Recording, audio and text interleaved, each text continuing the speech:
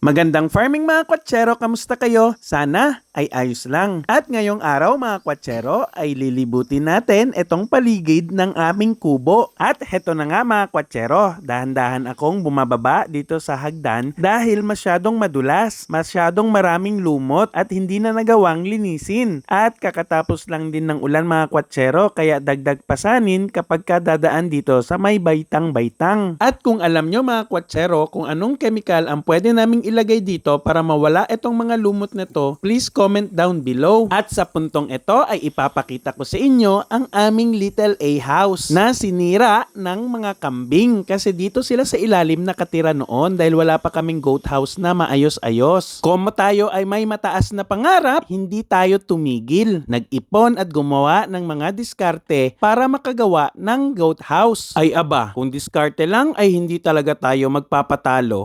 Ano nga ba ang ginawa mo para magkapera? Di magbenta ng biik, diskarte nga ni. Siyempre, priority natin yung health ng mga alaga natin. Kaya dapat talaga ay meron silang maayos na bahay. At para matugunan ito, kailangan nating magbenta ng mga biik kasi wala naman tayong ibang source of income. At ako naman yung tipo ng tao na hindi basta-basta lang naghihintay ng tulong o ayuda. Hindi ko nga alam kung prinsipyo ba yon o pride. Siguro pride nga. O wag na kayo magtalo-talo dyan sa comment section. Pride na nga ma-pride na. Oo na, sige na. Kung makareact naman ito, akala mo sikat na vlogger. Na para bang?